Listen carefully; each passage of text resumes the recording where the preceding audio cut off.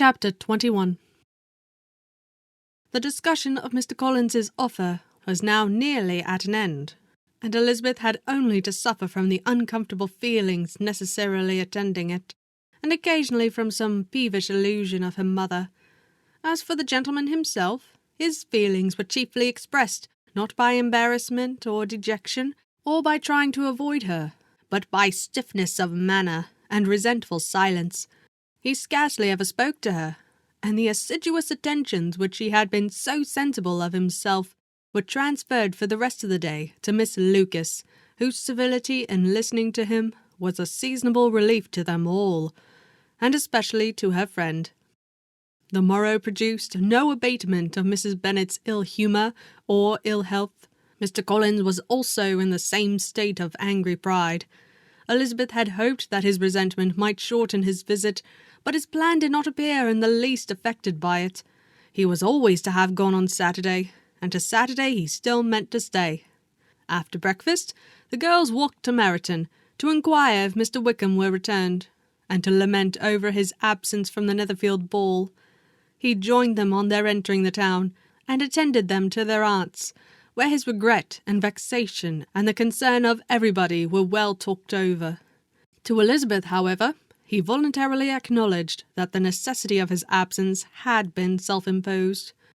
"I found," said he, "as the time drew near, that I had better not meet Mr. Darcy, that to be in the same room, the same party with him, for so many hours together, might be more than I could bear, and that scenes might arise unpleasant to more than myself."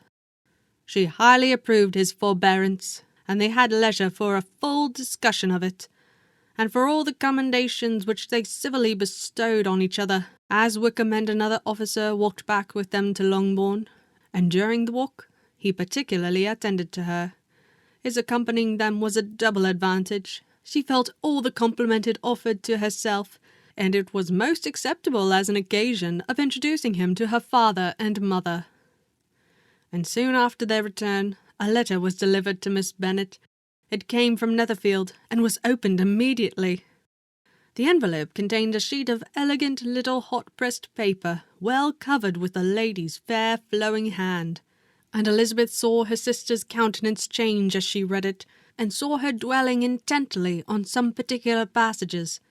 Jane recollected herself soon, and, putting the letter away, tried to join with her usual cheerfulness in the general conversation.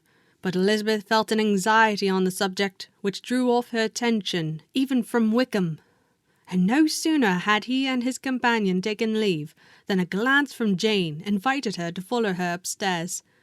When they had gained their own room, Jane, taking out a letter, said, "This is from Caroline Bingley. What it contains has surprised me a good deal. The whole party has left Netherfield by this time, and are on their way to town, and without any intention of coming back again. You shall hear what she says." She then read the first sentence aloud, which comprised of the information of their having just resolved to follow their brother to town directly, and of their meaning to dine that day in Grosvenor Street, where Mr. Hurst had a house. The next was in these words: "I do not pretend to regret anything I shall leave in Hertfordshire, except your society, my dearest friend. But we will hope, at some future period, to enjoy many returns of that delightful intercourse we have known, and in the meanwhile may lessen the pain of separation by a very frequent and most unreserved correspondence. I depend on you for that." To these high-flown expressions Elizabeth listened with all the insensibility of distrust, and though the suddenness of their removal surprised her, she saw nothing in it really to lament. It was not to be supposed that their absence from Netherfield would prevent Mr. Bingley's being there, and as to the loss of their society, she was persuaded that Jane must soon cease to regard it in the enjoyment of his. "It is unlucky," said she, after a short pause, "that you should not be able to see your friends before they leave the country. But may we not hope that the period of future happiness, to which Miss Bingley looks forward, may arrive earlier than she is aware, and that the delightful intercourse you have known as friends will be renewed with yet greater satisfaction as sisters?" Caroline decidedly said that none of the party will return into Hertfordshire this winter. I will read it to you. When my brother left us yesterday, he imagined that the business which took him to London might be concluded in 3 or 4 days. But as we are certain it cannot be so, and at the same time convinced that when Charles gets to town he will be in no hurry to leave it again, we have determined on following him thither, that he may not be obliged to spend his vacant hours in a comfortless hotel. I wish I could hear that you, my dearest friend, had any intention of making one in the crowd, but of that I despair. I sincerely hope your Christmas in Hertfordshire may abound in the gaieties which that season generally brings, and that your beaux will be so numerous as to prevent your feeling the loss of the 3 of whom we shall deprive you. It is evident by this, added Jane, that he comes back no more this winter. It is only evident that Miss Bingley does not mean he should. Why will you think so? It must be his own doing. He is his own master. But you do not know all. I will read you the passage which particularly hurts me. I will have no reserves from you. Mr. Darcy is impatient to see his sister, and to confess the truth, we are scarcely less eager to meet her again. I really do not think Georgiana Darcy has her equal for beauty, elegance, and accomplishments. And the affectation she inspires in Louisa and myself is heightened into something still more interesting from the hope we dare to entertain of her being hereafter our sister. I do not know whether I ever before mentioned to you my feelings on this subject, but I will not leave the country without confiding them, and I trust you will not esteem them unreasonable. My brother admires her greatly already. Her relations all wish the connection as much as his own, and his sister's partiality is not misleading me, I think, when I call Charles most capable of engaging any woman's heart. With all these circumstances to favour an attachment, and nothing to prevent it, am I wrong, my dearest Jane, in indulging the hope of an event which will secure the happiness of so many? What think you of this sentence, my dear Lizzie? Said Jane as she finished it.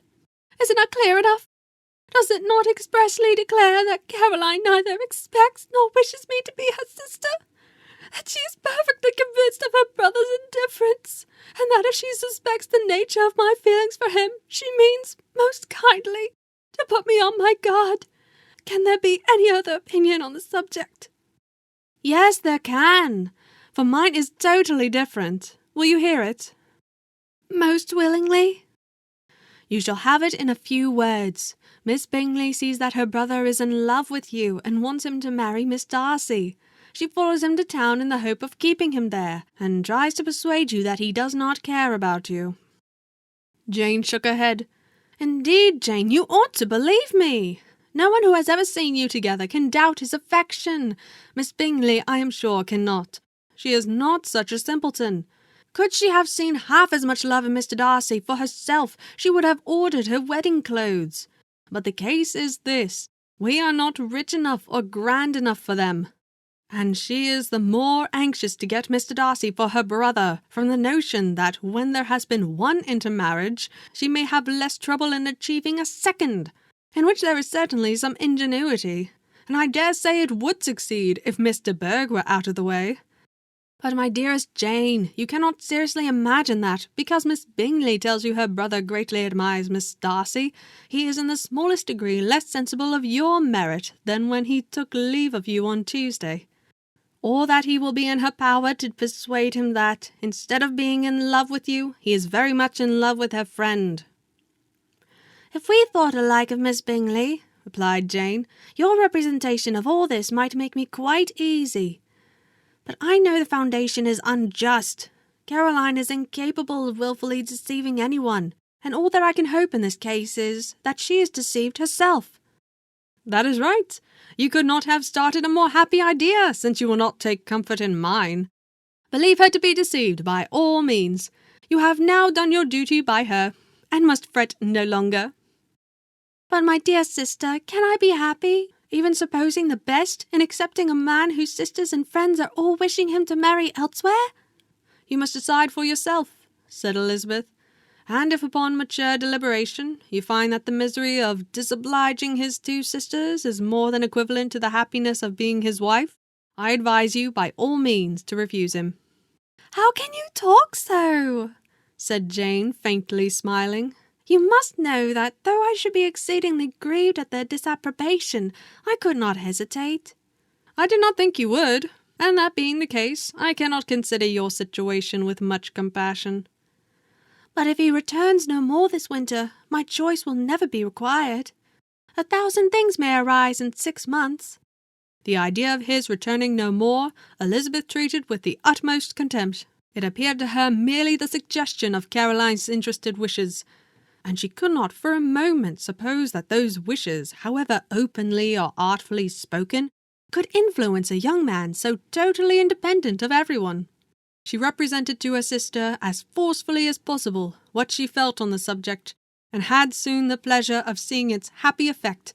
Jane's temper was not desponding, and she was gradually led to hope, though the diffidence of affection sometimes overcame the hope, that Bingley would return to Netherfield, and answer every wish of her heart. They agreed that Mrs. Bennet should only hear of the departure of the family, without being alarmed on the score of the gentleman's conduct.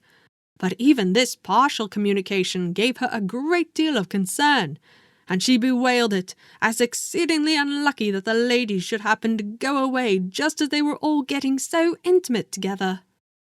After lamenting it, however, at some length, she had the consolation of thinking that Mr. Bingley would be soon down again, and the conclusion of all was the uncomfortable declaration that, though he had been invited only to a family dinner, she would take care to have 2 full courses.